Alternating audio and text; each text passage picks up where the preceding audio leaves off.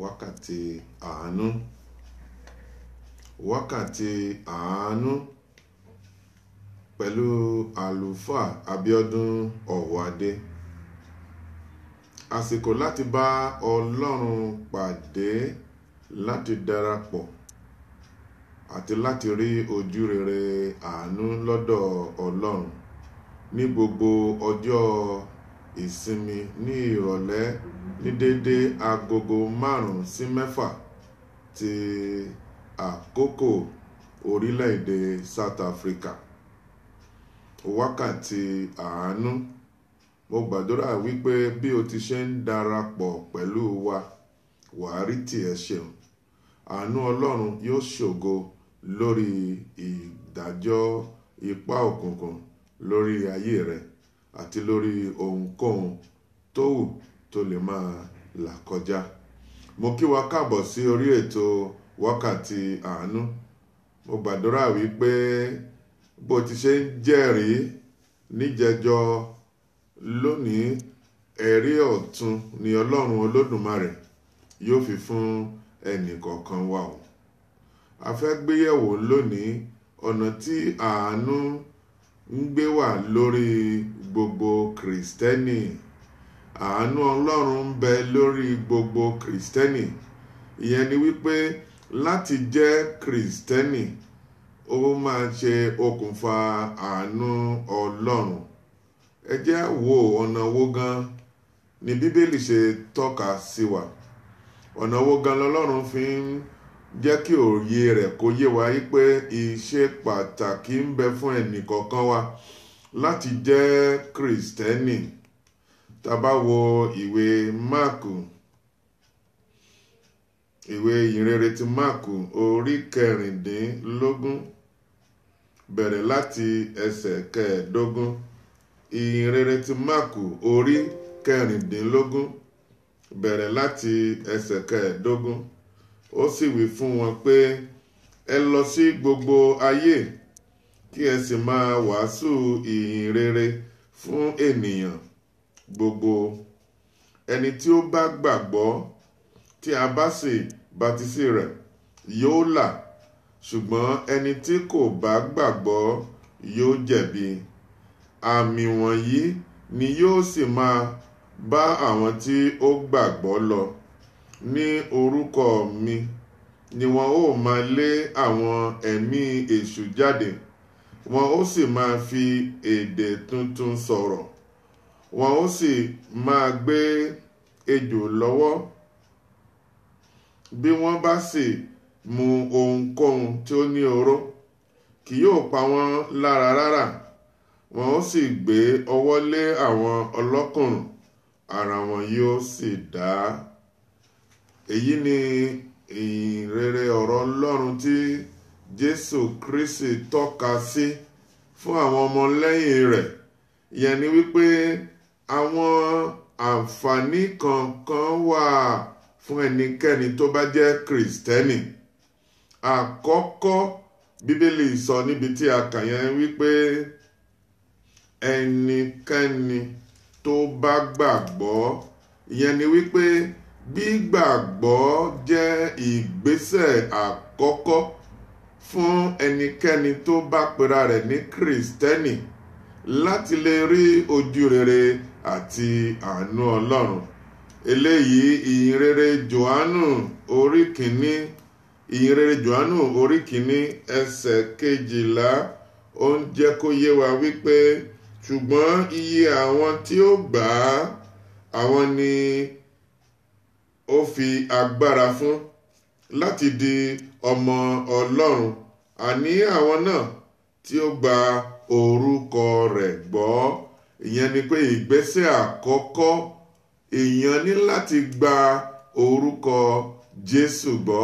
Èèyàn ní láti gbà á gẹ́gẹ́ bí Olúwa àti olùgbàlà rẹ̀. Èèyàn ní láti gbàgbọ́ wípé ó wá láti rà wá padà, ó sì san ìdíyelé lórí igi àgbélébù. Tá bá tún wo ìyìnrere ìkejì níbi tí a kà yẹn ni wípé ó ní àwọn tó bá gbàgbọ́ wọ́n sì máa ṣe oríṣiríṣi ní orúkọ òun. Ìyẹn ni pé Kristẹni ó ní àánú, ó rí àánú gbà lọ́dọ̀ Ọlọ́run láti lè ṣe oríṣiríṣi àwọn nǹkan ní orúkọ Jésù Kristi.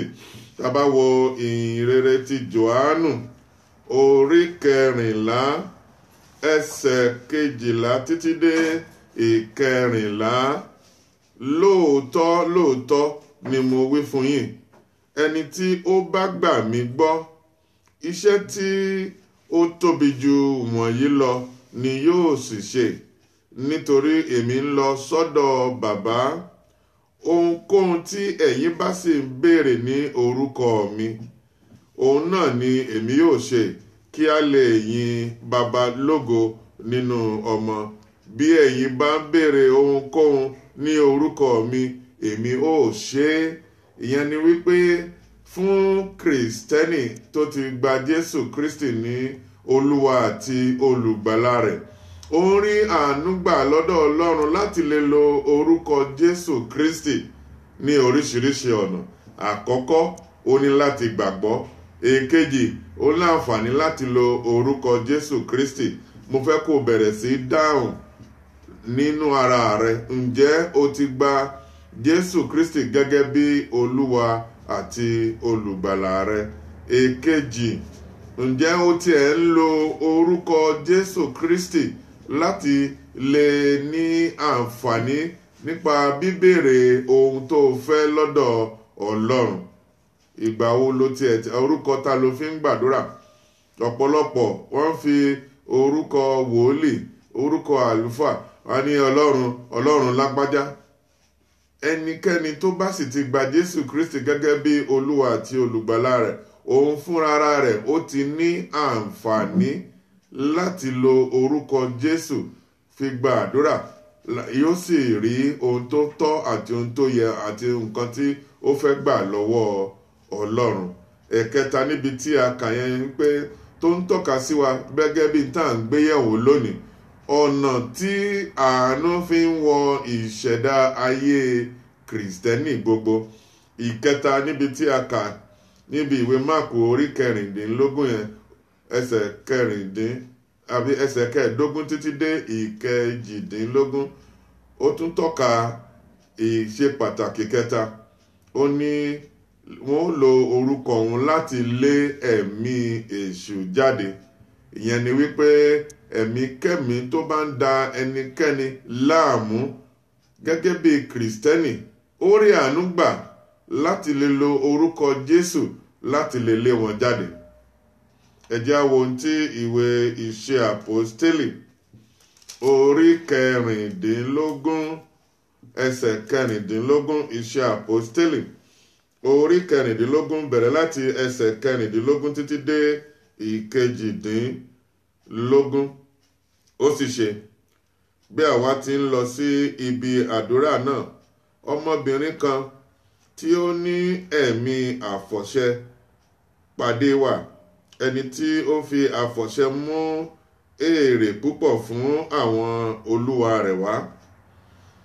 Ẹsẹ̀ 17 ní òun náà ni ó ń tọ Pọ́ọ̀lù àti àwa lẹ́yìn, ó sì ń kígbe wípé àwọn ọkùnrin wọ̀nyí ni ìránṣẹ́ Ọlọ́run ọ̀gá ògo tí ń kéde ọ̀nà ìgbàlà fún yín. Ẹsẹ̀ 18 wípé ó sì ṣe èyí ní ojú ọ̀pọ̀lọpọ̀, ṣùgbọ́n nígbà tí inú Pọ́ọ̀lù bàjẹ́, ó sì yí padà. Ó wí fún ẹ̀mí náà pé mo pàṣẹ fún ọ ní orúkọ Jésù Kristi kí o jáde kúrò lára rẹ̀. Ó sì jáde ní wákàtí kan náà. Ìyẹn ni wípé ọ̀rọ̀ Jésù Kristi tó sọ níbi tí a kà gẹ́gẹ́ bí ọ̀rọ̀ àkòrí fún ìpàdé àṣálẹ́ yìí, ó ní a ó lo orúkọ òun láti lé ẹ̀mí èṣù jáde. Ìyẹn ni wípé gẹ́gẹ́ bí Kristẹni, ẹ̀mí kẹ́mí tó bá wù tó ń dà ọ́ láàmú, a ní àǹfààní, a rí àánú gbà lọ́dọ̀ Ọlọ́run láti lè lo orúkọ Jésù láti lè lé wọn jáde. ìkẹrin ó sọ pé a ó máa fèdè tuntun fọ̀. Ìyẹn ni wípé ìfarahàn gbígba ẹ̀mí mímọ́ sínú ayé ènìyàn gẹ́gẹ́ bí Kristẹni. Ìkarùn-ún ó ní tí wọ́n bá mú ejò lọ́wọ́ ó ní kì yóò pa wọ́n lára. Ìyẹn ni wípé ohunkóhun tí a bá ń dáwọ́, èmi ò rí ẹnikẹ́ni tí ó lóun fẹ́ máa gbé ejò ṣeré. Tá a bá wá rí ohun gbàkígbà tàbí àsìkò kí àsìkò tí ejò bá rápálá wọ ibi tí ènìyàn ti ń ṣiṣẹ́ tó dẹ̀ mú lọ́wọ́, Bíbélì ń tọ́ka sí gẹ́gẹ́ bí Kristẹni. Èèyàn rí àánú gbà lọ́dọ̀ Ọlọ́run pé ejò yẹn kò ní ṣe kíni o, kò ní pààyàn lára. Ìyẹn ni pé ìdáwọ́lé ọ̀tá, àrékérekè ọ̀tá lórí ìdáwọ́lé rẹ, Bíbélì ń jẹ́ kó yé wa ní àṣẹlẹ̀ wípé a ní àǹfààní, a rí àánú gbà lọ́dọ̀ Ọlọ́run láti lè ṣe kíni o, láti lè jẹ́ kí gbogbo ìdáwọ́lé wa kó yọrí sí rere. Kò sì sí ohunkóhun tó jẹ́ ète ipá òkùnkùn tí yóò pa wá lára.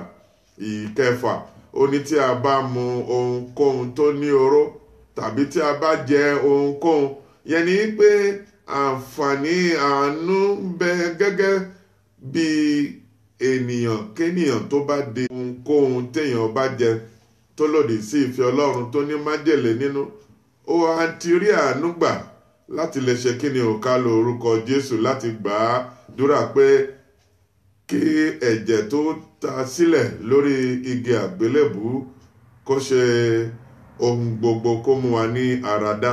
Pàápàá ọ̀pọ̀lọpọ̀ ọgbà láti ẹ̀ ń jẹun gẹ́gẹ́ bí Kristẹni tá ò mọ tó ti lọ nínú afẹ́fẹ́, ṣùgbọ́n nítorí ìṣẹ̀dá agbára ẹ̀mí mímọ́ tó wà nínú ayé wa, ó ní a tún ń jí tá ń sùn. Àǹfààní ńlá nìyí o. Èkeje ó tọ́ka sí wípé tí a bá gbọ́wọ́lé aláìsàn, wọ́n rí ìwòsàn wọn. Ìyẹn ni kò sọ wípé táwa gan náà bá gbé ilé fúnra wa pé a ò ní rí ìwòsàn. Ó ní ẹnikẹ́ni tó bá gbàgbọ́. Àmì wọ̀nyí, àmì keje yìí sọ pé dídáwọ́lé aláìsàn ọlọ́kùnrùn ó ti di dandan kí ìwòsàn kó jẹ́ ìpín wọn. Ẹ̀yin wá rí arákùnrin àtẹrábìnrin, ẹ̀rí ọ̀nà tí àánú gbé wọ inú ìṣẹ̀dá ayé wa gẹ́gẹ́ bí Kristẹni. Èwo ni ìwọ tilẹ̀ lo ti ń jẹ àǹfààní rẹ̀ látẹ̀yìnwá, bó tiẹ̀ ti ń jẹ́ tẹ́lẹ̀ tọ́lọ́run tún ń tọ́ka sí ọ ní àṣálẹ̀. Ó ti di dandan kó tún ṣe kíni o, kó tún máa tún ní àǹfààní láti tún lè jẹ síwájú lọ. Àkọ́kọ́ tí Bíbélì ń sọ nìyẹn pé a ní láti gbàgbọ́. A kà ní ìwé Jòhánù orí kìíní ẹsẹ̀ 12, ìkejì Jòhánù orí 4 ẹsẹ̀ 12 títí dé 13 pé a ní láti lo orúkọ Jésù Kristi. Ó ní orúkọ èlò ní agbára, ó ju gbogbo orúkọ lọ. Ni a ti kọ́ pé lórúkọ Jésù gbogbo eékún yóò ṣe kíni, yóò wólẹ̀, gbogbo ahọ́n yóò sì jẹ́wọ́ pé Jésù Kristi ni Olúwa. Mo gbàdúrà pé látòní lọ, bí ìhà ọ̀tun, ìmọ̀ ọ̀tun ti ṣe ń kọ sí ọ ní oore ọ̀fẹ́ tí ń bẹ nínú kéèyàn kó jẹ́ Kristẹni, bí ó ti ṣe máa lo orúkọ Jésù yóò jẹ́ fún ọ. Mo ní kẹta sọ pé láti lè lé ẹ̀mí òkùnkùn jáde. Ìkẹrin ó tọ́ka sí wa wípé a ó ní àǹfààní láti máa fi èdè tuntun fọ̀. Ìyẹn tó túmọ̀ sí wípé ẹ̀mí mímọ́ ó ti gbé wa wọ̀. Ìkarùn-ún ó ní ìdáwọ́lé wa, ejò kò ní rápálá kankan, kò ní ṣọ́ wa. Ìyẹn mú ààbò Ọlọ́run, ìdánilójú ààbò Ọlọ́run lórí gbogbo ìdáwọ́lé wa.